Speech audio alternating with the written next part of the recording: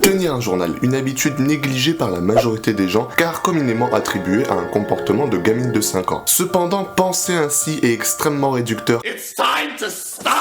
Car si tu fais un minimum de recherche, tu te rendras compte que tous les grands hommes de l'histoire ont tenu à un moment ou à un autre une forme de journal. Des figures historiques telles que Marc Aurèle, Charles Darwin, Benjamin Franklin, Mark Twain, Winston Churchill, tous des pionniers dans l'histoire de l'humanité et chacun d'entre eux a tenu un journal. Et dans cette vidéo, je vais t'expliquer pourquoi tu devrais faire de même. Mais d'abord, je vais être très franc avec toi, tenir un journal est une habitude que je néglige énormément. Hey yo, what the fuck?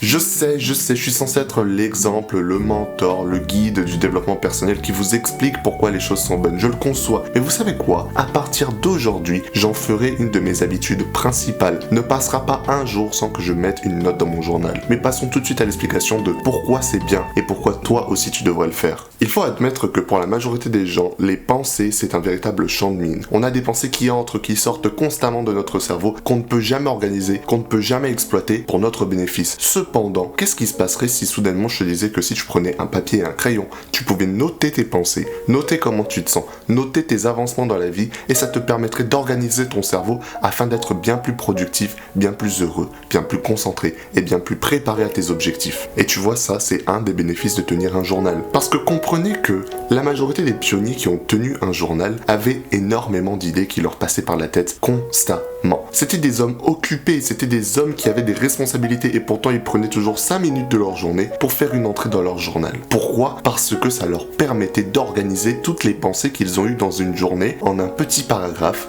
chaque jour. Ça leur donnait de l'introspection, ça leur permettait de comprendre leurs émotions, de comprendre leurs pensées et de déterminer quel serait le meilleur chemin à prendre pour le lendemain. Et ils répétaient la boucle encore et encore et encore. Parce que bon, imaginons une personne qui ne tient absolument pas de journal, qui n'a absolument pas de manière d'organiser ses pensées. Qu'est-ce qui se passe? Elle finit sans véritable but, sans véritable direction, car elle ne s'est jamais posée pour essayer de déterminer ce qu'elle aime, pour essayer de déterminer ce qui l'intéresse, pour essayer de déterminer quelle serait la route à prendre. Et c'est pour ça que la majorité des gens aujourd'hui, ils sont perdus parce que à aucun moment tu t'es arrêté sur ta route pour te demander où est-ce que je vais. Tu continues juste d'avancer avec un bandeau autour de tes yeux et tu te demandes après, oui mais pourquoi en fait je trouve pas mon chemin? Frérot, tu ne t'es jamais posé pour chercher ta route. Et le fait de te poser 5 minutes pour mettre en mots tes pensées dans un journal papier de préférence te permet d'organiser tes pensées, de te comprendre un peu plus, de faire de l'introspection, de te rendre compte que peut-être tes actions dans la journée n'étaient pas les meilleures, peut-être que tu aurais pu faire des choses différemment et comment tu les feras différemment et tu auras littéralement une preuve visuelle